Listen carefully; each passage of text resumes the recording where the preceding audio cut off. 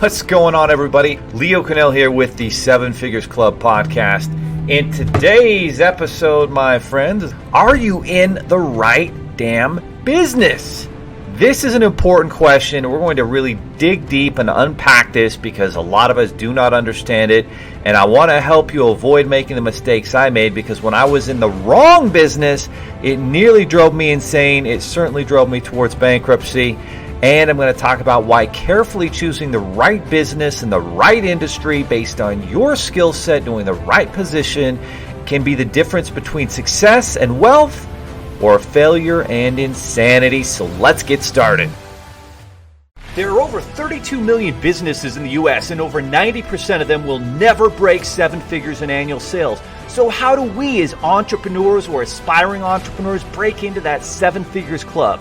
This podcast will relentlessly share the secrets, strategies, and tactics I've used to create 3 multi-seven figures businesses and bring in even more successful entrepreneurs than me to share their inspirational stories and tactics to success. You can create your dream business and life right now. So buckle up and let's go. All right. Hope you guys are having a great December as we're rolling into the end of 2020. This podcast should be out somewhere around the second middle week of December, somewhere in that neighborhood. And December is always an interesting month, pretty much from about the week of Thanksgiving until maybe the second week of January. There's kind of a 6-7 week lull there for a lot of businesses and for a lot of people, where they take their foot off the pedal. They get into lazy mode. The average person gains like 5 or 6 pounds of fat from overeating. There's just a lot of unfortunate things that seem to happen, and it's very sad. People start arriving at the office a little bit later. They're not pushing very hard. They don't put in the extra effort to resolve the customer or the strategic partner's concerns about working together. And everything is, we'll tackle that in 2021. Yeah, we'll work on that next year. And by the time they actually finally get back into the swing of things, mid to the end of January, they've almost lost 2.5 months of momentum, of sales. And so for our company, Seven Figures Funding, we are 100% focused on finishing 2020 strong, on maintaining our momentum, our goals, and going into 2021 with even more momentum. And the thing I'm excited about is we've got some people on our team that are incredibly hungry. Like the pandemic made it difficult for them. A lot of them are new. We're just training them up, and they're ready to make some money. They're ready to help some people. They're ready to take care of their family, and I'm excited to empower them with the tools in our programs to be able to help a lot of people, including themselves, to build their dream, their dream career, their dream business, their dream life, etc. And that's something we work at not only with our team inside, but also with our referral partners. And we've got a massive group of 700, almost 800 funding partners that we work with across the country that use our funding software and so forth, and that number's growing every day. So in today's topic, I wanted to talk about choosing the right business. I want you to ask yourself, are you in the right business? And I think there's 2 things that you want to look at in making sure that you're in the right business and the right industry. And the first one is kind of understanding who you are and being very self-aware and being very honest with yourself about what you're good at and what you're not good at. And so, for example, maybe you're that IT tech person and you're working on an application and you're good at that, but you're not great with people, and you're not great with biz dev and strategic partnerships that are going to be able to really get your product out there in the right hands. And so you might need to bring in a business partner or some sales and biz dev people that can kind of fill that void of what you're not great at. And so that's super important to keep in mind. Like, what is it you're good at? What are your superpowers? And are you utilizing your time each day where you're getting the most out of your superpowers, your abilities, and bringing other people and building a team around the weaknesses that you don't possess so that you can, build the business And sometimes some of us are, pretty good at a lot of things, and then that's even worse because then we don't actually get around to building the team.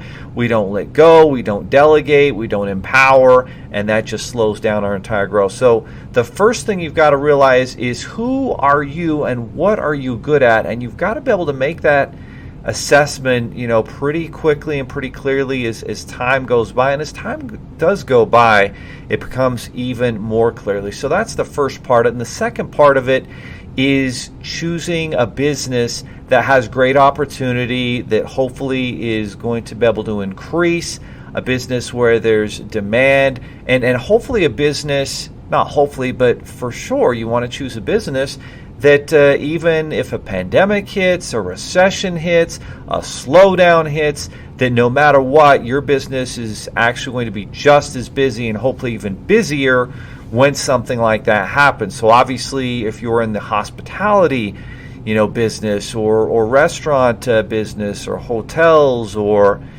some of these entertainment businesses, movie theaters, that's not a pandemic-proof industry, and that's going to really struggle. And so if you're in that type of industry, you probably want to start reconsidering, where the right industry would be that's going to do well in good times and bad times. Now, uniquely, during this period, real estate has continued to stay hot, and a lot of people have realize they can kind of work from home, and they're thinking more about being at home. And so that's been unique, and I don't know if that will continue, but I do remember in 08 and 09 when I was heavily invested into real estate and had a mortgage company, and everything came crashing down in values, and real estate wasn't selling, and mortgage companies, so many of them went out of business. That was when I realized that particular business, at least at that time, was definitely not going to be a recession-proof business. And so I had to carefully, make that decision. What kind of business is going to be recession proof? And fortunately, my homework and everything paid off. And the business funding industry and the space that we work in is actually busier and has more demand than ever, because during bad times like we're going through right now, businesses need funding, they need options, they need credit lines to survive and hopefully in the future thrive and grow. And during good times, they still need capital and money to expand, to get that equipment, to take the next step, and so forth. And so, with that said, those are the two things you want to take into account, right? Am I in the right business, an industry that has opportunity to grow and take market share and expand? It's not in an industry that's going to be disrupted and taken down, or if it is, it's an industry that I'm going to disrupt with my unique abilities, with my unique software, with everything that I'm putting together. And so that's what you've got to understand. And then once you understand that, like I talked about at the beginning, who are you? What is it you're really good at? And what are your superpowers? And is that translating to what you do well and the industry you've chosen? And is that a good match and a good fit? And sometimes we've got to be aware and move on to the right industry and the right position and the right, business type. And if we don't, we're going to suffer a lot of pain. So let me give you an example. And there's kind of a fine line, right? There's this line where you're like, oh man, is this the right industry? Do I just need to grind it out and I'm going to come out on the other side? Or am I in the wrong industry for what my talents are and my strengths and the type of business that's actually not going to do well, during a pandemic, during a slowdown, etc. And so those are the things that you have to assess. So, for example, after I moved on from real estate, I started to get heavily involved into online trading, foreign currencies, and that type of thing. And I made a lot of mistakes in that business and really tried to fit a square peg that I was into a round hole that was that type of business industry, and really suffered. And it was weird because in 08, this recession is hitting hard. Mortgage companies are going out of business. And it was a unique time because the U.S. dollar was strengthening, and so I was following these strategies, and I actually made a ton of money trading. I was making tens of thousands of dollars a month, and just crazy returns on trading currencies. And so my next thought was, all I just need to do is get more capital and start some companies, some joint ventures, and build this thing up. And that's what I was thinking. And then as time went on, I started to realize that actually I was good at the technical analysis of some trading strategies, but overall I was not a great trader. It was not in my core strengths. What I was good at was sitting down with people and convincing them that this was going to be a great business. So I was great at explaining complicated financial things and making it simple and making it make sense for a lot of people and customers and clients. And so I really toiled in that business for about, almost a good 4 years, let's call it 4 years, and wasted significant amounts of time. And the bottom line was I didn't generate the sales. I should have realized after a year to 18 months, like if the sales are just not generating, clearly this isn't a good fit for my talents and my strengths, and this isn't the right industry for me, and maybe it's not the right industry right now. And as you've seen, a lot of things like an E-Trade and Robinhood and some of these financial apps, like that was actually what I should have been working on, right? Not trying to do the old school way of manage people's money and try and be profitable, which is a very difficult industry, but why not create software and strategies and give kind of here's the shovels for you to go dig for gold in the trading world. And that's what I should have been doing. Should have been doing a Robinhood app, should have been doing a wealth management, credit management type application software. That's where the opportunity was, and I didn't realize it. And that's what I should have been working on. And then my sales skills and meeting with people and breaking things down very logically to make easy sales decisions. Like that's where my strengths were. That's where I should have been. And that eventually led me to the business funding space, where I love, breaking down complicated numbers and explaining them in a very clear way to help people get the best financing to grow their dream business, to make a great return on their money.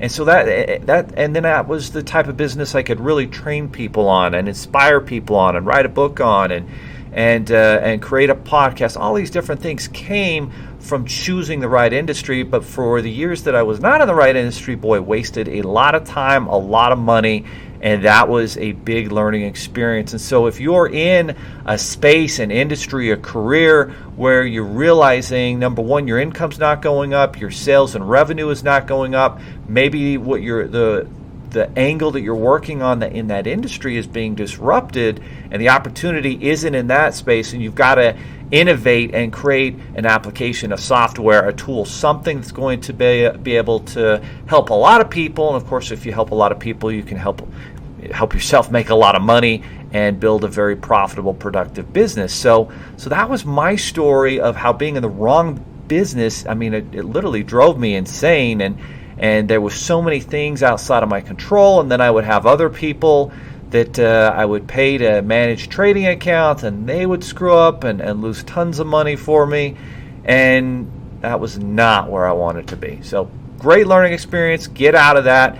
And now carefully choosing the right business is the difference between wealth and failure. And so as I start to assess, all right, is this business funding space, how is it going to do well in bad times versus good times? In good times, I could see people needed money to grow. They needed money to expand. Okay, now what's going to happen in bad times?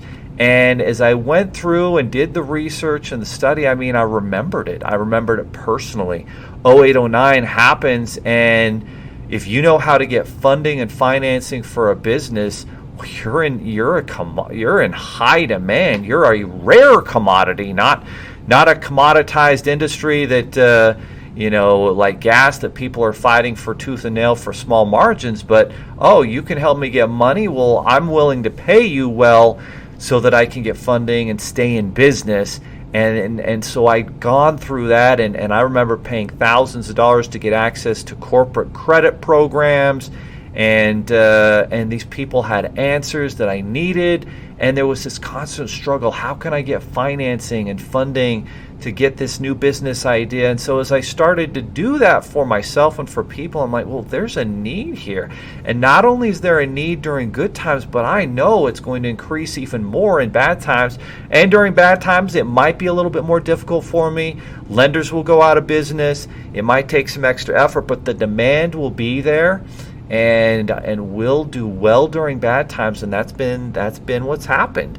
There was an initial step back here in the business funding space as we saw some adjustment in programs and a few lenders go out of business, and then new ones popped up and demand increased, and away we went, and it's been an awesome ending to 2020 for our business. We're fortunate, but it's not by chance. I had done the research. I had done the homework. I had lived through the previous recession, and I knew this space was going to be one that was going to get even busier during bad times, but of course, do great during good times. And so that's exactly what's happened. And so that's what you've got to assess.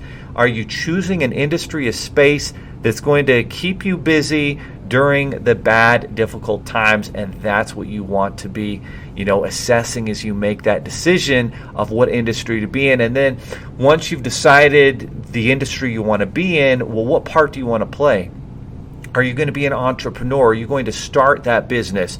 Are you going to be an entrepreneur and, go work for an organization that can give you opportunities to use entrepreneurial tactics, to grow markets, to create programs and sales products and services, to disrupt and to change things and create something special, and you want to do it without having to risk your own money in an established company or a startup that's growing, and you don't have to be the number one guy or gal there. You can be the second, third, fourth, fifth, sixth, 10th, 15th, 20th person and still come out and make a fortune, a lot more than all those number one entrepreneurs who started businesses but never created something that really, took off and it grows and expands. And so those are the things to assess. And sometimes it's, choosing a career that's maybe in sales or, wherever it is where your strengths are. That doesn't mean that you're not improving weaknesses and constantly learning.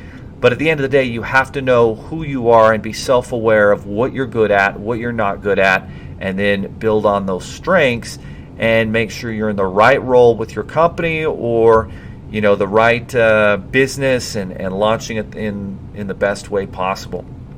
So that, my friends, is today's podcast. Hope you enjoyed it. Hope you take action. Take time today and tomorrow and this week to kind of assess where you're at and whether you're in the right business, and if you're in the right business, that you're approaching it the right way. And if you do that, you're going to see a lot of success. Are you looking for more seven-figure secrets, content, or even how you can launch your own recession-proof business? Then check out sevenfigures.com. That's the digit 7, Figures.com, where we share more videos, stories, strategies, funding solutions, entrepreneurial education, and even the secret business type that's recession-proof. Thank you for listening, and if you're finding value in our podcast, please give us a 5-star and invite others to join the club.